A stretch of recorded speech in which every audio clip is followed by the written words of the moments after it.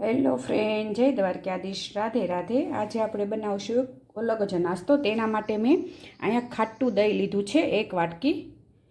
ખાટું હોય ને એ જ લેવાનું, તો જ તે આ સરસ પકોડી બનશે। અને 1 વાટકી મેં અહીંયા ખાટું દહીં લઈ લીધું છે અને દહીંને આવી રીતે આપણે ફેટી લઈશું। અને અહીંયા મેં ચોખાનો લોટ લીધો છે, એકદમ ઝીણો, જો તમે આવી રીતે, અને તે ઉમેરતા જઈશું। થોડોક થોડોક લેવાનો એટલે મિક્સ થતું જાય।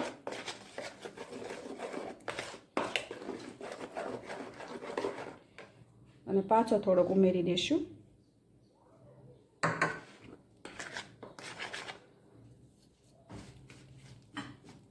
અને હવે હાથેથી આપણે એને ફેટી લઈશું, એકદમ ઝીણું, જો આવી રીતે।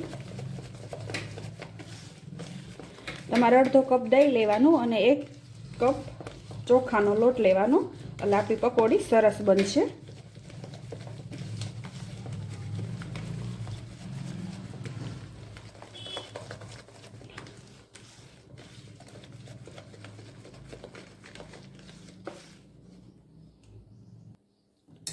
અને અહીંયા મેં 3 મરચાં સુધારી લીધા હતા તીખા, તે ઉમેરી દઈશું। અને આખા તીખા લીધા છે 10-12, તે ઉમેરી દઈશું। આમાં ખાંડી નથી લેવાના, આખા જ લેવાના છે। અને થોડાક આપણે કાળા તલ ઉમેરી દઈશું અને સ્વાદ પ્રમાણે મીઠું ઉમેરી દઈશું। અને બધું આપણે મિક્સ કરી લઈશું।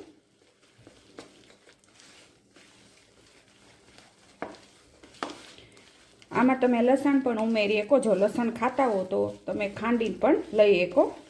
અને આમાં બીજા કોઈ મસાલા નથી કરવાના।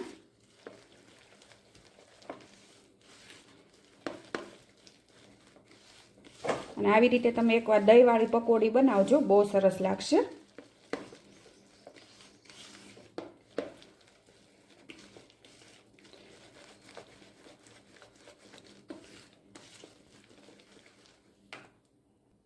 અને થોડુંક આપણે પાણી ઉમેરશું, બહુ ઢીલું નથી કરવાનું। આપણે જેમ ભજીયા પડીને એવી રીતે પડે ને એવી રીતે તે આ બેટર બનાવવાનું છે, જો તમે આવી રીતે।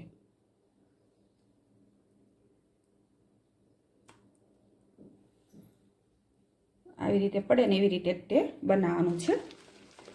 અને આવી રીતે ખૂબ એને મિક્સ કરવાનું છે।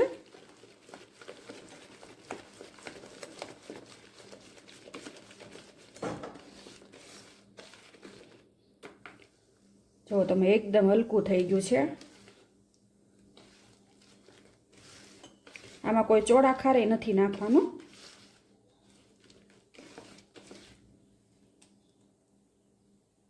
હવે આપણે એને 10 મિનિટ માટે ઢાંકીને મૂકી દઈશું, એટલે સરસ સ્વાદ એમાં તીખાનો એનો બેસી જાય। અને અહીંયા મેં તેલ ગરમ કરવા મૂકી દીધું છે અને તેલ પણ ગરમ થઈ ગયું છે, આપણે જોઈ જોઈએ આવી રીતે।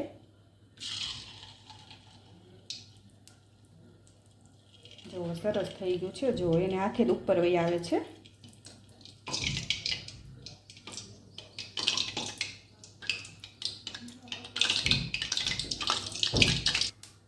અને આપણું તેલ ગરમ થઈ ગયું છે, હવે આપણે પકોડી પાડી લઈશું આવી રીતે। તમારે જેવડી સાઈઝ કરવી હોય એવડી તમે પાડી શકો।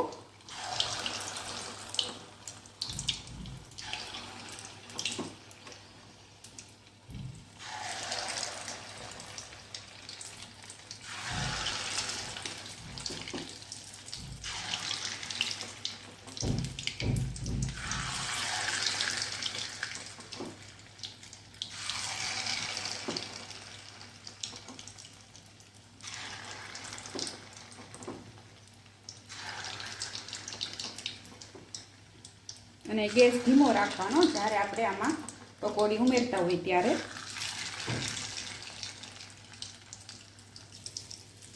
અને આપણે ધીરે ધીરે આવી રીતે હલાવતા રહીશું।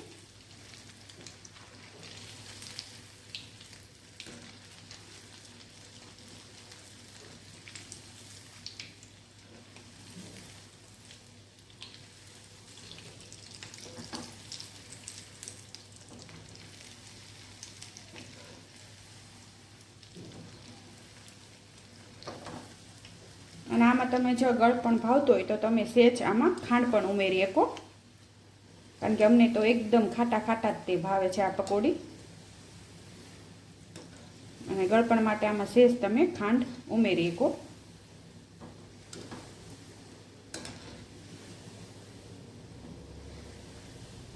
ઘરમાં કાંઈ પણ નાસ્તો ન હોય ને ત્યારે તમે આવી રીતે એકવાર દહીંવાળી પકોડી બનાવજો, બહુ સરસ લાગશે. અને બાળકોને નાસ્તામાં પણ કરીએ કાંઈ. જો તમે આવી રીતે આપણે બ્રાઉન કલરની થાય ત્યાં સુધી એને તળી લઈશું.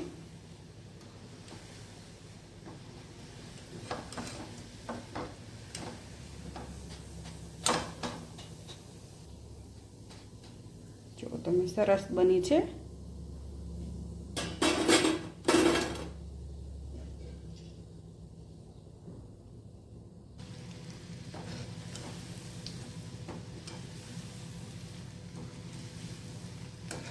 અને આવી રીતે આપણે બધી પકોડી તળી લઈશું.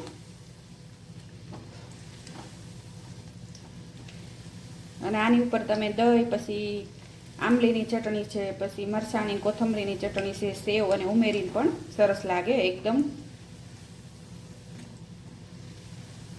એટલે 7 પકોડી થઈ જાય જો તમે એવી રીતે ડીશ બનાવો તો. અને આમ નામ પણ ભજીયાની જેમ પણ તમે ખાઈ શકો ચટણી સાથે.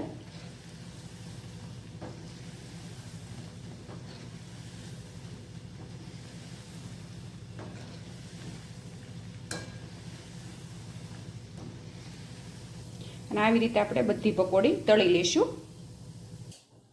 અને તમે જોઈ શકો છો આપણી પકોડી ચોખાની અને દહીંની તૈયાર છે. જો તમે એકદમ ક્રિસ્પી બને છે. જુઓ તમે એકદમ જાળીદાર. અને મારી આ રેસીપી તમને ગમી હોય તો લાઈક કરજો, શેર કરજો અને સબસ્ક્રાઈબ કરજો.